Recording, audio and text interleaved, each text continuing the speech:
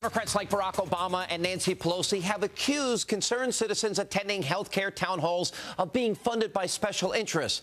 And they have made those accusations despite having no evidence to support their claims. But now shocking details have been uncovered that reveal that the people actually profiting from this debate are, in fact, high-profile members of their own party. And that is our headline tonight, conflict of interest. Now, according to an investigation by Bloomberg News, a firm with close ties to White House senior advisor David Axelrod has received upwards of $12 million to produce ads supporting the president's health care plan.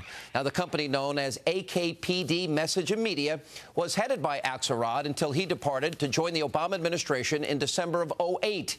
And according to Politico.com, the company still owes him $2 million. Now, another advertising firm that also received hundreds of millions of dollars from the Obama campaign is cashing in on the health care debate as well. Now, that company, known as GMMB, employs a number of former Obama strategists. And for more on this unbelievable story that is just beginning to unravel, I am joined by the author of The Culture of Corruption, Obama and his team of tax cheats, crooks, and cronies. Michelle Malkin is back with us. Michelle, by the way, congratulations. #1 New York Times bestseller 3 weeks in a row. Way to go. Thanks a lot, Sean. All right, this story fits right into a lot of what you chronicle in the book here.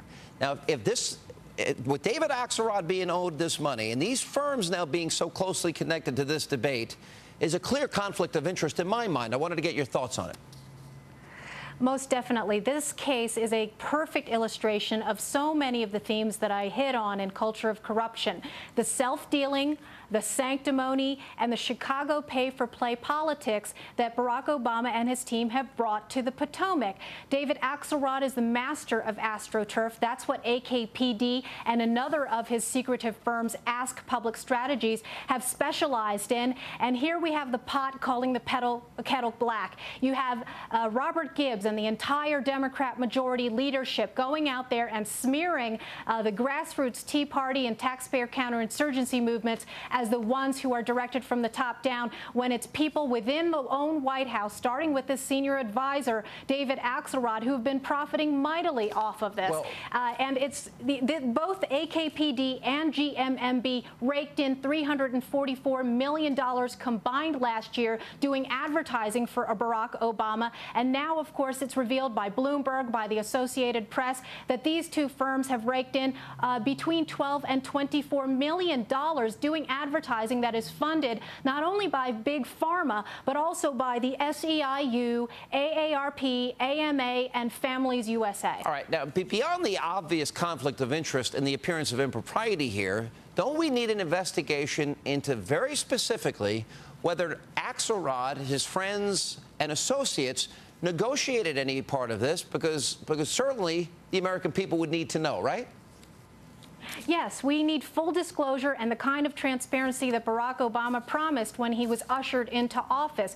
We need to know why there weren't recusals or disclosures from David Axelrod every time he went on TV to push Obamacare at the same time that his former firm was getting money from Big Pharma to advertise for it. And we're getting a lot of denials, blanket denials now from the White House. But look, every time the White House denies something, they turn around and admit that their accusers were right. That certainly was the case with these White House emails, and Fox News being the first and only one to question them on that. And I think that all of this requires a White House reality check. Where are those people who to investigate fishy deals and fishy information or lack thereof? Well, we have more evidence, though, of the Chicago thug-style politics in the Chicago way. I don't know if you saw this, but we know that Henry Waxman, for example, sent out a letter. 52 insurance companies are the recipients of this, and they're demanding in great specificity documents about compensation, about their business practices, clearly in an effort that they want to go out there and intimidate, harass, and use this as a form of demonization of the healthcare industry that they have now focused their attention on in terms of hating. This is health insurance reform. This is not, government-run healthcare. So does that concern you, these intimidation efforts?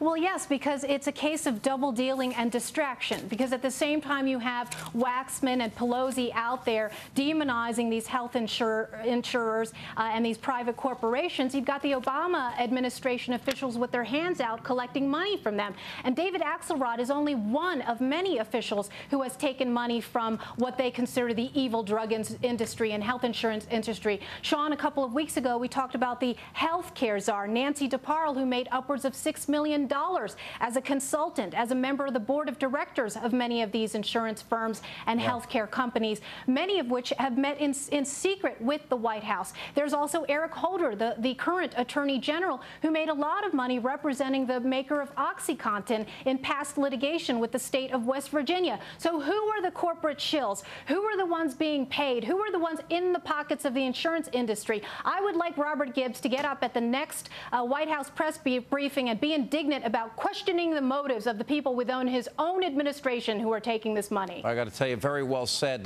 Michelle, I saw something on your website that I was totally and completely in agreement with. We watched this entire week. We saw the trial balloon that was floated over the weekend, that maybe the government option is on the table, maybe we can change gears a little bit.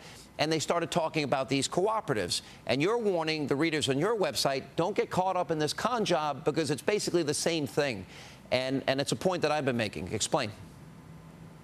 Yeah, I think it could be public option by another name. And of course, the devil is always in the details. And we've learned that over the last 6 months of the Obama administration. And many smart people who have looked at the details are very concerned that it is yet another Trojan horse into single payer. You know, but isn't it the case, if they supply the means of services, pricing and supply, which ultimately, I don't care whatever name they want to give it, either the government option or some type of co-op, if the government controls that, then they still control the prices. They control what services you will get or won't get. That ultimately means rationing. They're not talking about real reform, which would be tort reform or medical savings accounts or tax credits for people that really need assistance. Isn't this still government control? I think they're trying to bamboozle people into believing a co-op is different than a government option when it's the same thing. Right. Again, it's all in the details. And there may be some legitimate proposals out there of health insurance co-ops that would have some semblance of market-based reform. But I think you can't trust this administration. You certainly can't trust the kind of astroturfing propagandists that are trying to sell it to us. And co-op may more properly be called co-opt. Co-opt. All right. Well, Michelle, good to see you. And congratulations again on the book. Appreciate you being with us. Thanks, Sean. And coming up, AARP members continue their revolt against that organization.